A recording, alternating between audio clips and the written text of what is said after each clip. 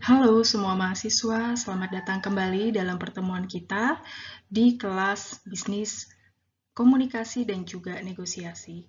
Di dalam pertemuan ini kita akan membahas mengenai perencanaan pesan dalam bisnis. Apa saja yang akan kita pelajari antara lain adalah bagaimana cara kita membuat suatu perencanaan dalam menulis pesan bisnis, dan untuk bab ini kita membahas mengenai bagaimana merencanakannya. Merencanakan pesan bisnis adalah suatu tantangan bagi semua orang, tetapi ketika Anda memiliki suatu pemahaman mengenai bagaimana merencanakan dengan benar, maka Anda akan tahu cara yang tepat dalam merencanakan serta melakukan penulisan, dan yang terakhir adalah melengkapi pesan bisnis. Di sini adalah 3 tahap proses menulis pesan bisnis yang digambarkan dalam energi atau kontribusi yang harus dikeluarkan untuk melakukan perencanaan adalah 50%, dalam menulis 25%, dalam melengkapi 25%. Di sini kita bisa melihat bahwa kontribusi paling besar dilakukan di proses perencanaan. Apa saja yang harus dipersiapkan di dalam proses perencanaan akan kita pelajari lebih jauh dalam slide-slide berikutnya. Lebih detail mengenai 3 proses penulisan pesan. Di sini ada planning, writing, complete. Dan untuk bab ini saya khusus membahas mengenai perencanaan atau planning. Nah, di dalam tahap planning di sini ada 4 tahap lainnya yang harus kita perhatikan dan kita lakukan. Pertama adalah menganalisis situasi, mengumpulkan informasi, ketiga memilih media yang tepat, dan mengorganisasikan informasi. Nah, di dalam slide ini nanti akan menjelaskan mengenai apa sih bagian dalam analisis situasi, bagian apa yang bisa kita lakukan dalam mengumpulkan informasi, lalu kita akan mengenal berbagai macam media yang bisa digunakan untuk penyampaian pesan bisnis, dan yang terakhir adalah mengorganisasikan informasinya itu seperti apa. Untuk bagian penulis dan melengkapi akan dibahas dalam bab-bab berikutnya. Kita akan mulai membahas mengenai bagian perencanaan, khususnya di analisis situasi. Seperti Anda lihat di slide di sini, ada 2 jenis tujuan yang harus kita pahami sebelum kita membuat perencanaan bisnis. Antara lain adalah tujuan general, dan yang kedua adalah tujuan yang spesifik. Di dalam tujuan yang general di sini terdiri dari inform, persuade, dan collaborate, di mana inform ini bicara mengenai tujuan penyampaian pesan bisnis untuk memberikan informasi. Jadi contohnya kalau Anda ingin menanyakan kepada supplier apakah ada produk dengan spesifikasi ini tersedia di toko supplier. Jadi to inform, kami menyampaikan bahwa kami menanyakan, kemudian kami membutuhkan informasi tersebut. Jadi hanya untuk menginformasikan bahwa perusahaan itu membutuhkan informasi. Kemudian yang kedua adalah persuade. Jadi persuade ini lebih ke arah marketing ya, pemasaran. Bagaimana kita membujuk partner atau mitra perusahaan untuk membeli produk kita ataupun tertarik untuk mengajukan penawaran dan seterusnya. Jadi persuade ini seperti mengiklankan, menawarkan. Kemudian collaborate adalah tujuannya mengajak kerjasama. Jadi misalnya mengajak kolaborasi merek antara merek mitra perusahaan dengan perusahaan, atau tujuan untuk mengajak mereka berinvestasi misalnya dengan perusahaan. Nah, tujuan spesifik di sini adalah bicara mengenai hal-hal spesifik dalam penyampaian tujuan.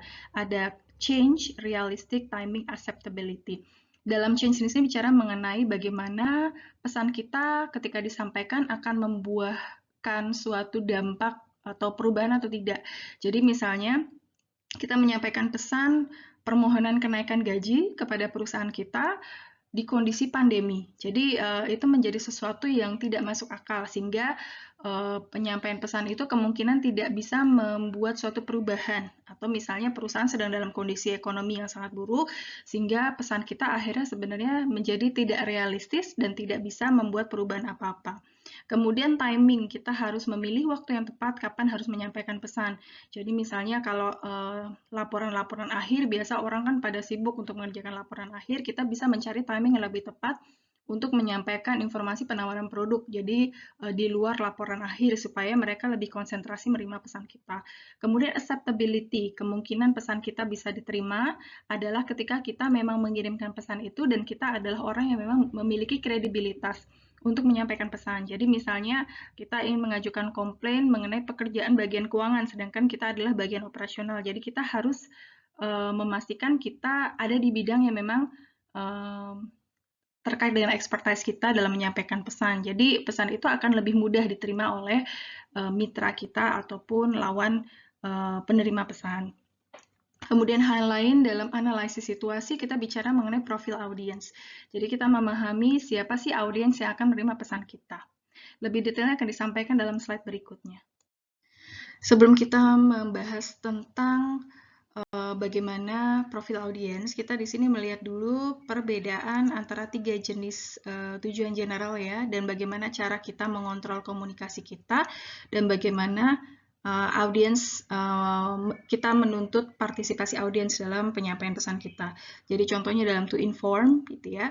Ini kan hanya menyampaikan sesuatu, misalnya pengumuman bahwa perusahaan kita sekarang pindah lokasi atau kita sekarang baru saja membuka cabang gitu ya. Jadi hanya untuk menginformasikan saja. Nah, kontrol komunikasi kita adalah tinggi dan juga partisipasi audiens adalah rendah.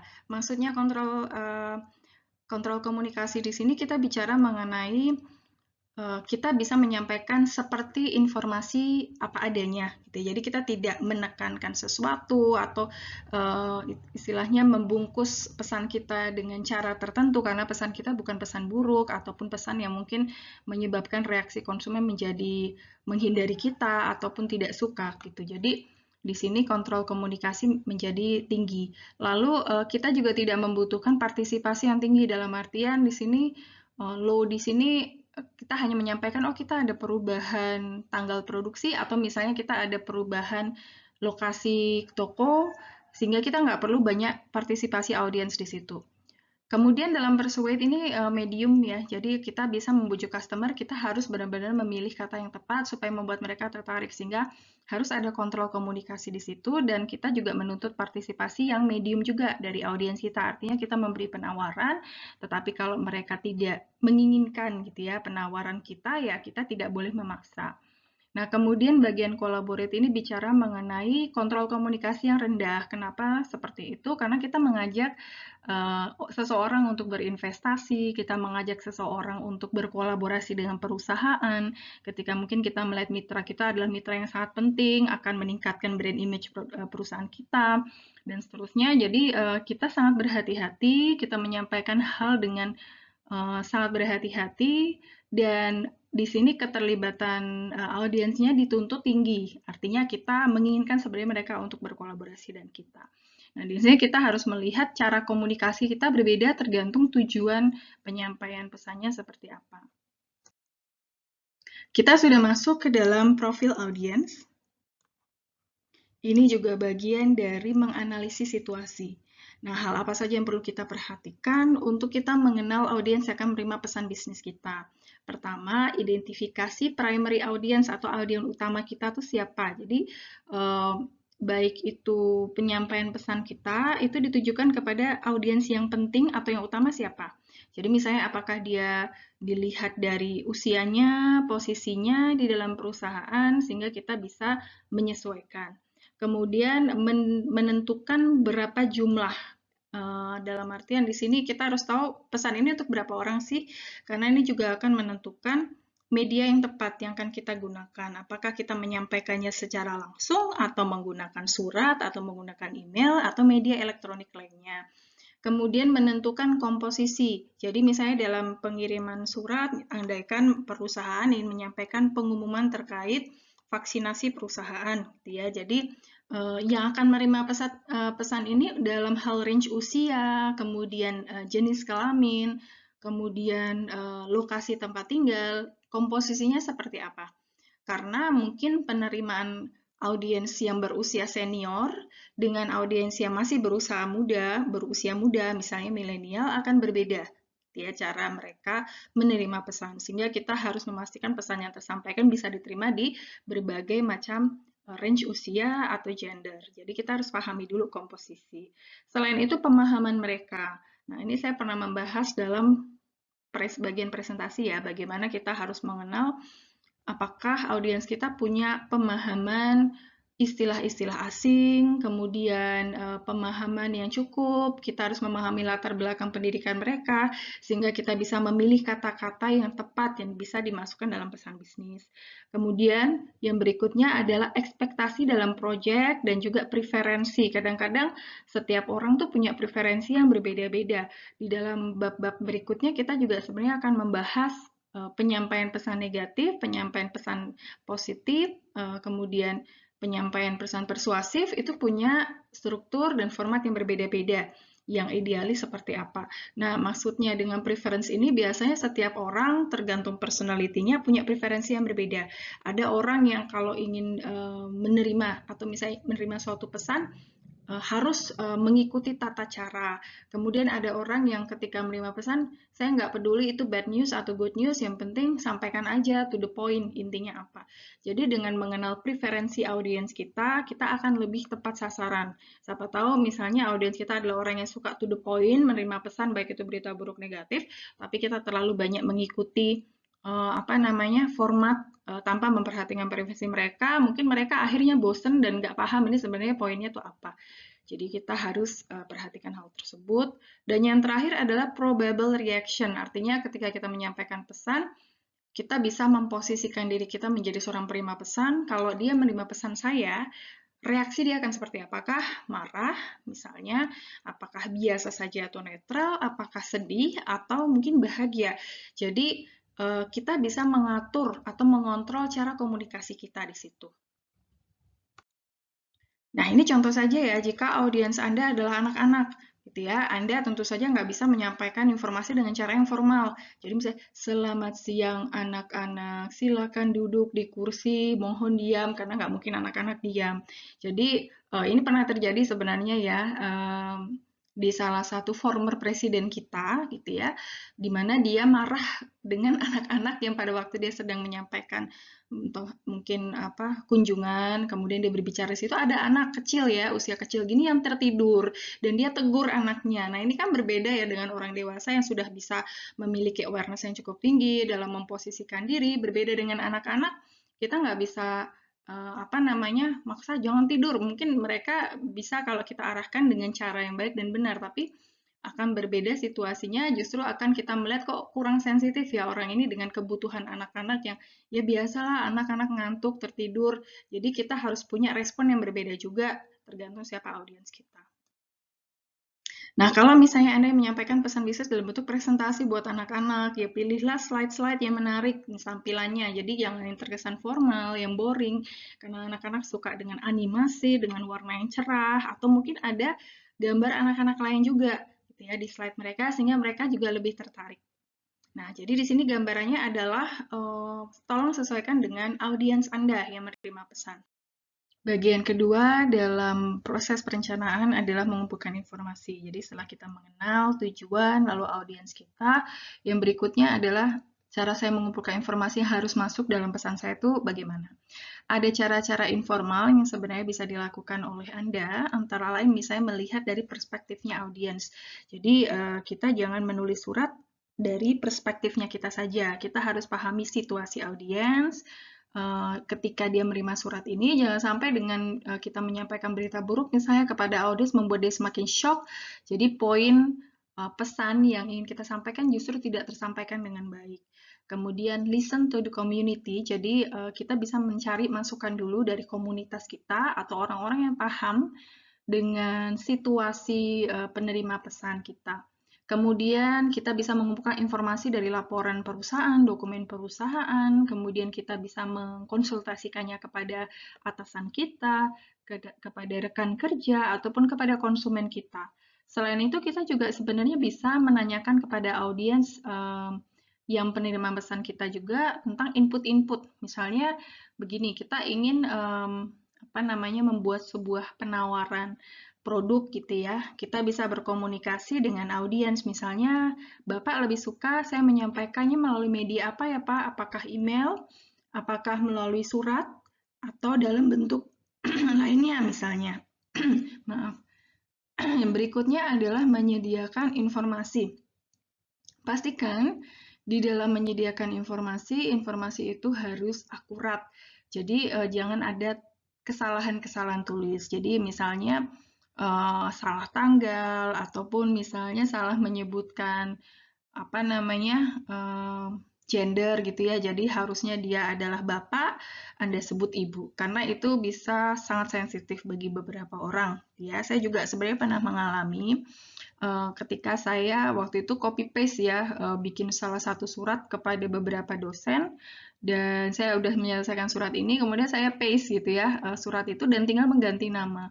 Tapi saya lupa mengganti nama yang seharusnya itu ditujukan kepada bapak, menjadi ditujukan kepada ibu. Dan dalam sebuah rapat saya sempat disindir juga bahwa, waduh kok saya dikirimi surat oleh Ibu Nadia untuk Ibu Suwarto, saya langsung ingat istri saya yang sudah almarhum, dan itu benar-benar suatu kesalahan yang tidak akan saya ulangi lagi gitu ya.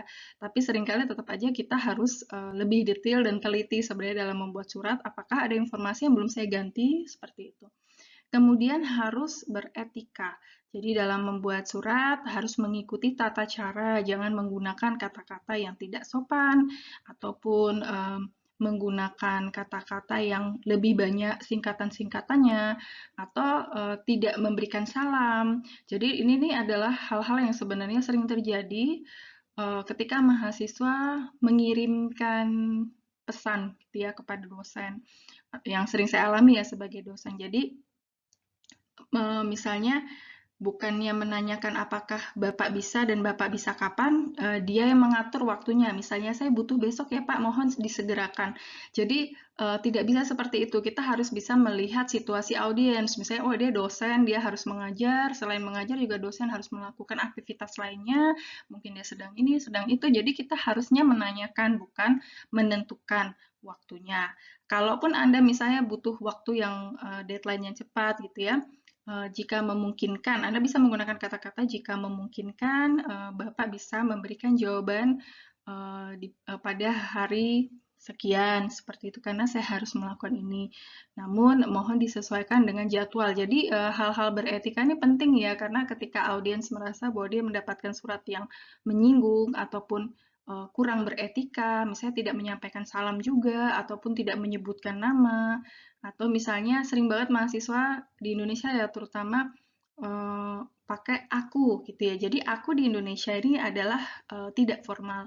Jadi silakan ketika ada bimbingan, ketemu dosen, jangan pakai aku, pakailah saya. Gitu ya. Saya sering banget mengingatkan mahasiswa skripsi saya ketika bimbingan untuk tidak menggunakan kata aku.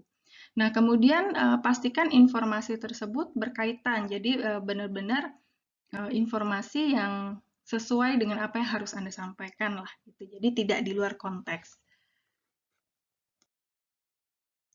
Ini adalah suatu cara yang bisa kita sebenarnya manfaatkan berdasarkan pendekatan jurnalistik. Jadi kalau Anda sebagai jurnalistik, kalau Anda menulis sesuatu, biasakan Anda mengenal ya 5W 1H. Dia terdiri dari what, where, when, who, how, and why. Jadi pendekatan ini membantu Anda sebenarnya ketika menyusun sebuah pesan bisnis, ya, dalam bentuk apapun. Apa sih yang ingin Anda sampaikan? Di mana Anda menyampaikannya? Kapan? Kemudian siapa audiens Anda? Bagaimana dan mengapa? Jadi ini juga membantu untuk Anda memastikan bahwa pesan Anda sudah komplit atau tidak. Kita akan masuk ke dalam tahap ketiga mengenai memilih media yang tepat ya untuk penyampaian pesan bisnis. Media di sini adalah bentuk di mana Anda memilih komunikasi penyampaian pesan. Ada berbagai macam media yang bisa kita gunakan, ada oral, written, visual media, atau elektronik ya. Jadi oral ini disampaikan secara langsung, tertulis, ataupun kita pakai media visual, ataupun menggunakan elektronik. Nah, masing-masing media itu punya kelemahan dan juga keunggulan masing-masing yang akan dijelaskan dalam slide-slide berikutnya.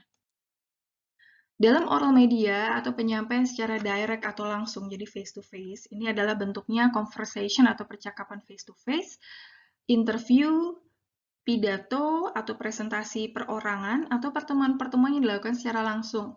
Keunggulannya adalah immediate feedback. Kalau Anda presentasi, ada langsung respon yang langsung diberikan. Kemudian ada interaksi, ada banyak syarat-syarat bahasa-bahasa nonverbal ya. Jadi misalnya kita presentasi, kita bisa ngelihat reaksi dia suka atau enggak, tidak harus dari kata-kata. Kadang-kadang kita bisa melihat dari sorot mata, dari bahasa tubuh, apakah dia menunjukkan kesedihan, keraguan, ataupun dari bahasa tubuh apakah dia menunjukkan optimisme, semangat. Jadi kita bisa lihat. Kemudian emotional content, di situ juga terlihat emosi dari audiensnya. Dan itu adalah hal-hal keunggulan terkait dengan media oral. Nah, kelemahannya adalah partisipannya tidak bisa terlalu banyak, gitu ya. Jadi terbatas jumlahnya. Jadi misalnya Anda mau menyampaikan pesan dalam bentuk seminar pun menjadi tidak terlalu efektif dan terbatas untuk mereka bisa memberikan respon atau pertanyaan. Dan kita misalnya mengumpulin 10.000 orang, itu kan bentuknya hanya yang lebih one direction ya, jadi satu arah saja, seperti contohnya konser, pertunjukan musik gitu ya, hanya tidak bisa memberikan feedback. Kemudian bersifat non-permanen, artinya biasanya setelah kita menyampaikan sesuatu, lalu apa namanya, tidak ada yang mencatat, tidak ada yang merecord, bisa hilang begitu saja, kita bisa lupa begitu saja dengan cepat. Kemudian reduce control gitu ya, jadi kita ketika menyampaikan sesuatu juga jadi mungkin ada intimidasi dari orang yang di depan kita, anggaplah misalnya kita orang yang masih muda, ketemu dengan audiens kita yang sudah senior, seringkali kita terintimidasi sehingga kita menyampaikan presentasi bukannya menjadi seperti apa yang sudah kita lakukan rehearsal gitu ya, menjadi lebih terintimidasi, lebih kontrolnya menjadi lebih rendah.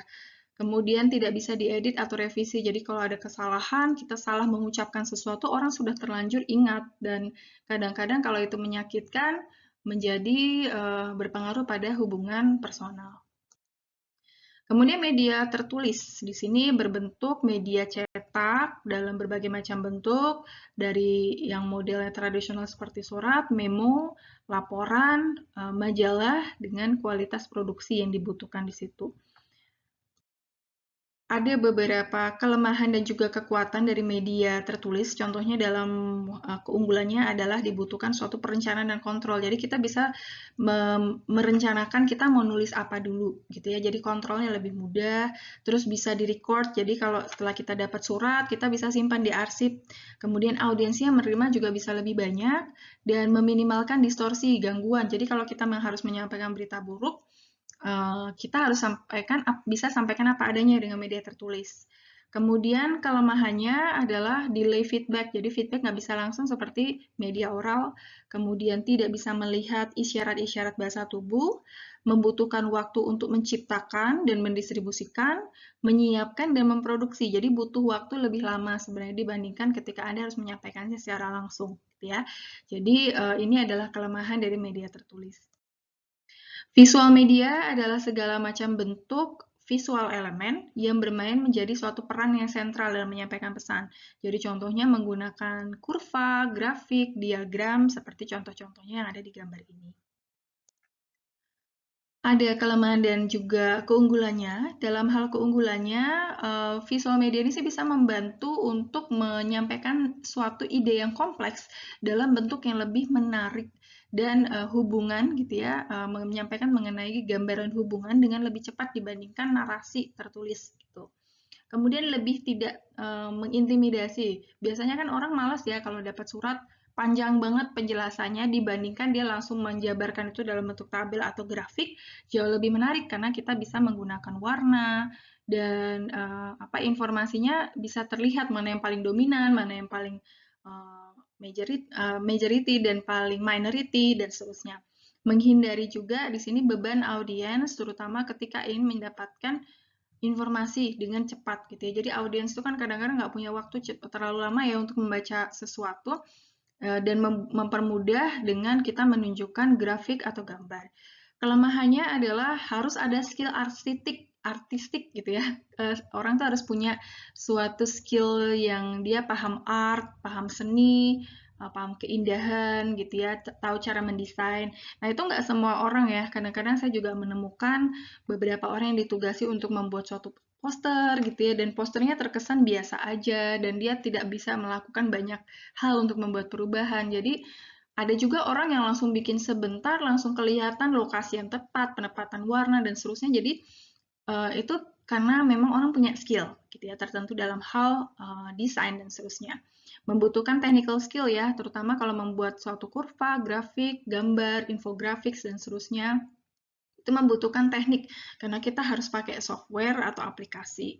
Dan membutuhkan lebih banyak waktu, dan juga lebih sulit untuk ditransmit atau disimpan.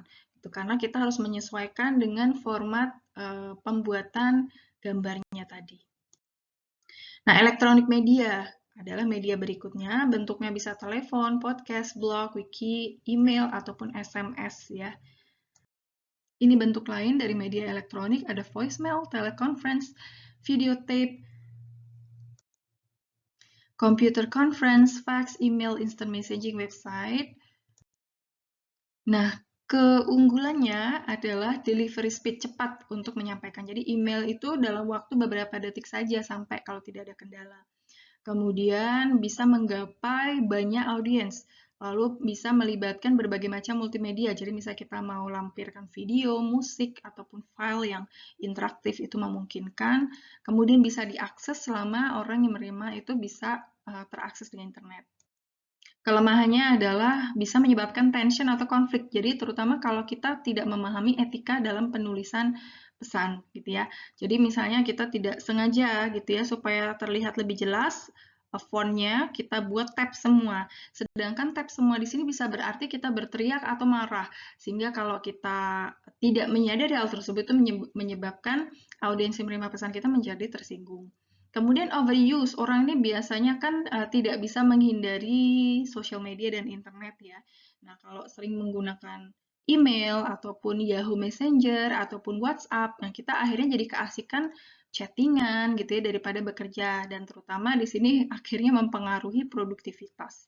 Dan permasalahan privacy itu juga menjadi suatu permasalahan terkait dengan penggunaan teknologi ya, karena sekarang hacker gitu ya yang negatif, yang black hat itu bisa mencuri informasi kita dengan misalnya masuk ke dalam email kita walaupun dia tidak memiliki hak. Setelah kita melihat berbagai macam jenis media yang bisa digunakan, sekarang cara memilih media yang tepat untuk penyampaian pesan saya itu seperti apa?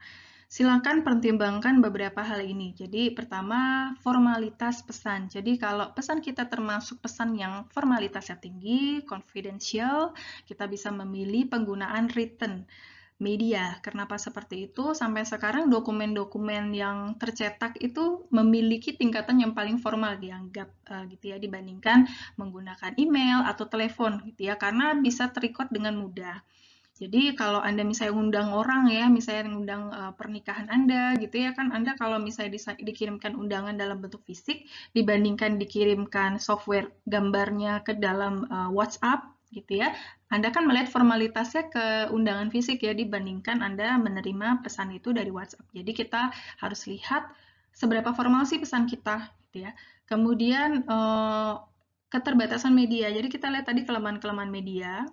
Misalnya kalau internet tadi, media elektronik harus punya akses internet. Kalau kita melihat bahwa audiens kita nih akses internetnya lambat gitu ya, jadi kita bisa menggunakan media lainnya. Kemudian misalnya pengiriman menggunakan media tertulis pakai pos itu lama, jadi kita bisa gunakan email. Kemudian sender intention, jadi tergantung kita, oh kalau saya ngirim pesan ini nggak terlalu penting banget dan ini harus disampaikan secara cepat, kita bisa gunakan oral media. Kemudian urgency dan cost, kita lihat butuh cepat nggak sih dan berapa biayanya. Kalau kita biaya tidak membutuhkan terlalu banyak dan butuh cepat, kita bisa manfaatkan media elektronik, misalnya gunakan email. Kemudian kita bisa lihat juga dari audience preference, jadi audiens itu suka yang seperti apa.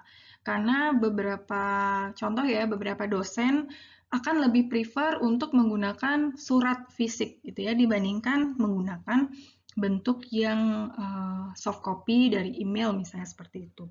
Jadi sekali lagi kita bisa menyesuaikan dengan apa sih yang disukai dengan audiens kita. Dalam tahap yang keempat dari perencanaan adalah mengorganisasikan pesan Anda. Mengapa sih organisasi itu menjadi penting? Pertama, meningkatkan produktivitas, membuat kita lebih mudah untuk paham atau audiens kita lebih mudah untuk paham, meningkatkan penerimaan, dan juga menghemat waktu dari audiens kita. Jadi kita juga nanti akan lihat beberapa metode yang di sini disesuaikan dengan probable reaction ataupun reaksi dari audiens. Nah, saya di sini akan memberikan contoh bagaimana caranya menentukan ide utama. Kita tadi sudah masuk ya ke dalam beberapa hal. Pertama adalah, anggaplah di dalam contoh ini kita ingin membahas mengenai kurikulum dan ingin bikin tim kurikulum. Jadi general purpose kita mengajak orang itu untuk berkolaborasi supaya masuk dalam tim kita, itu masuk dalam kolaborasi. Kalau masuk dalam kolaborasi berarti kontrol komunikasinya rendah, ya, dan juga partisipasinya kita ingin mereka berpartisipasi dan masuk dalam tim. Nah, spesifik purpose-nya adalah perubahan. Jadi kalau misalnya dengan penyampaian ini apakah merubah, apakah mereka mau nggak, kemudian realistis nggak permintaan itu saat ini. Misalnya orang itu lagi studi S3 dan itu nggak boleh gitu ya, mereka masuk dalam tim apapun, ya mereka akan menjadi tidak realistis permintaan ini disampaikan. Kemudian waktunya, misalnya, orang ini pasti lagi sibuk jam segini karena ngajar, dia nggak mungkin bisa bales. Jadi kita harus lihat kapan sesi dia mengejar dan selesainya, baru kita menyampaikan pesan.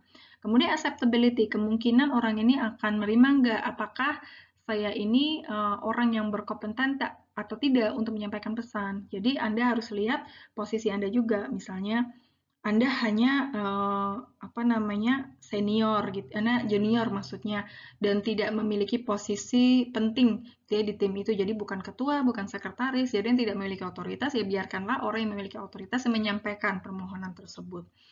Kemudian basic topik gitu ya, kita harus menentukan dasar topiknya ini apa sih? Oh, tentang kurikulum. Kemudian ide utama adalah mengajukan pengajuan tim untuk membangun tim kurikulum gitu. Jadi mengajak orang itu untuk berkolaborasi. Nah, baru kemudian kita mengembangkan konten dari pesan kita.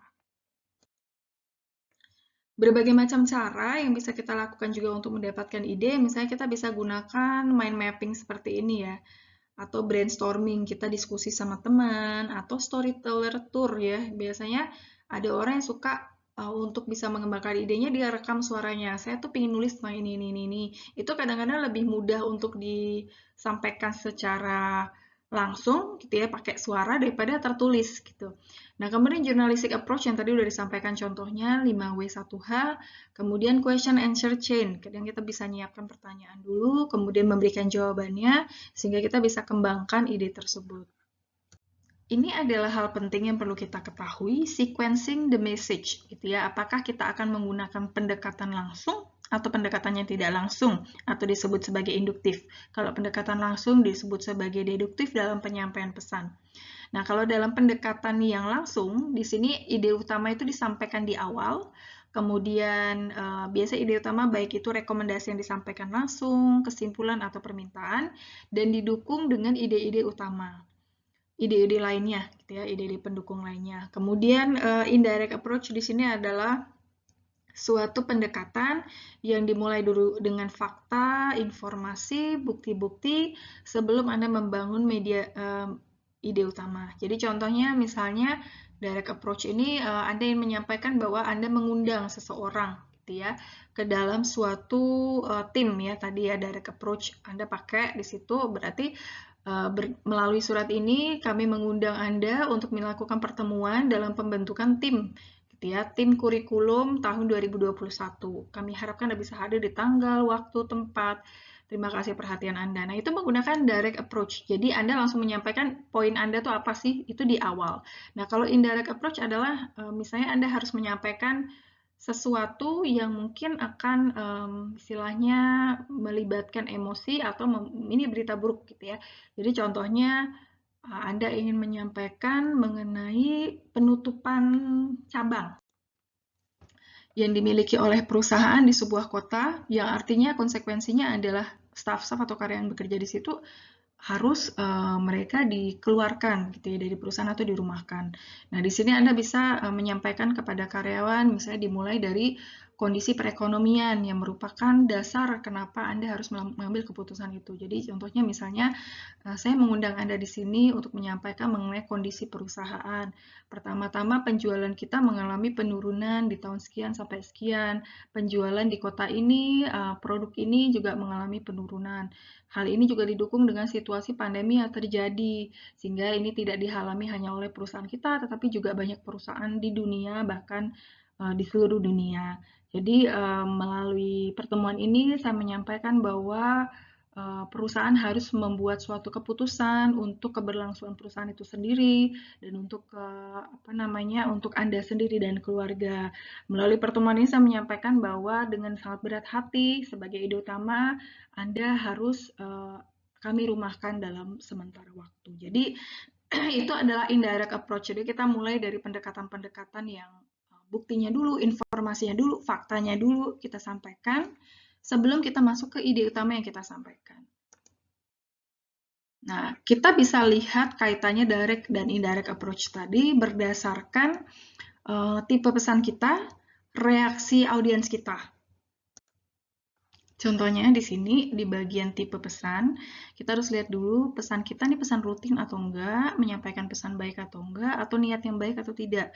Nah, contoh pesan rutin adalah misalnya kita menanyakan stok kepada mitra perusahaan, supplier, gitu ya, apakah ada stok produk ini, atau misalnya kita menyampaikan bahwa biasanya kan dalam prosedur produksi ada produk-produk yang defect atau cacat. Nah, itu kita sampaikan. Itu memang kesannya pesan buruk ya, tetapi karena itu rutin dilakukan dan bagian dari prosedur perusahaan yang umum, maka itu dianggap pesan rutin. Kemudian pesan berita baik, misalnya kita ingin mempromosikan orang gitu ya, ingin menaikkan posisinya dia, jabatan dia yang awalnya dari manajer menjadi dari awalnya supervisor menjadi manajer. Kemudian niat baik, misalnya kita ingin menaikkan gaji karyawan atau mengundang mereka untuk acara makan-makan gitu ya, atau misalnya memberikan bonus dan seterusnya. Nah, biasanya reaksi audiens ketika mereka menerima pesan dengan tipe-tipe yang seperti itu, mereka akan oh biasa aja, netral gitu ya, atau senang gitu ya. Siapa sih yang nggak senang dipromosiin gitu ya. Kemudian kita bisa menggunakan pendekatan yang direct di sini. Nah, kalau tipe pesan kita adalah bad news, dan berita bad news di sini adalah berita-berita yang menyampaikan sesuatu yang buruk gitu ya, atau negatif.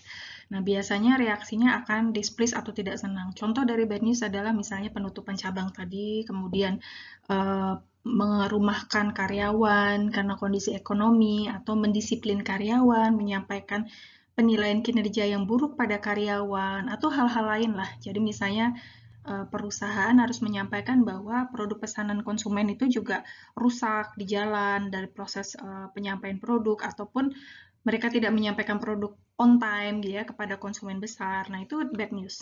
Nah, biasanya reaksi audiens tentu saja dia nggak akan senang. Nah, ketika tidak senang kita bisa menggunakan indirect approach atau pendekatan tidak langsung. Nah, ketika ingin melakukan penyampaian pesan yang persuasif, membujuk gitu ya, kita bisa menggunakan indirect juga. Karena reaksi dari audiensnya di sini pasti dia akan uninterested atau unwilling ya. Biasa orang kalau di mana-mana ingin ditunjukkan penawaran, promosi, pasti nggak akan tertarik atau tidak ingin. Sehingga kita bisa juga menggunakan pendekatannya di sini adalah indirect.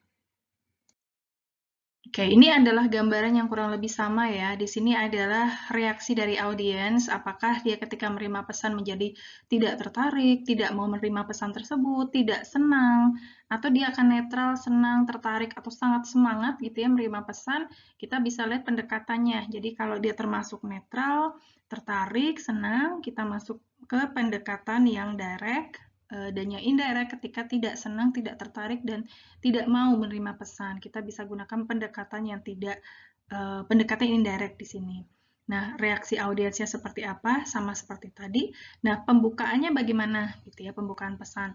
Kalau dia direct approach, dimulai aja langsung apa permintaan kita, apa berita baiknya, kemudian ide utamanya.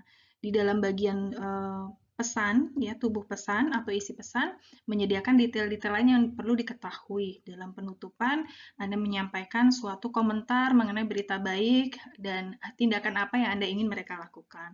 Nah, dalam berita yang menggunakan pendekatan tidak langsung, misalnya reaksi dari audiensnya tidak suka, kita bisa masuk ke dalam statement yang netral untuk memberikan transisi atau alasan dan penyampaian pesan buruk. Nah, di sini juga sebenarnya kita akan bahas ya mengenai pendekatan tidak langsung dalam topik terkait dengan berita negatif. Dan juga di sini unwilling itu juga seperti itu. Jadi kita akan bahas itu ke dalam satu bab sendiri. Oke, nah yang lain dalam pembuatan outline ya, karena kita bicara mengenai organisasi, kita bisa gunakan seperti dulu kalau waktu Anda SD, SMP, SMA, disuruh membuat suatu cerita atau kalimat, Anda biasa diminta membuat outline seperti ini atau kerangka. Mulai dari apa sih ide utamanya, poinnya, bukti-buktinya, dan seterusnya. Berikut pembahasan tentang materi perencanaan pesan bisnis. Anda bisa mengikuti pembahasan mengenai menulis pesan bisnis di dalam video berikutnya. Terima kasih.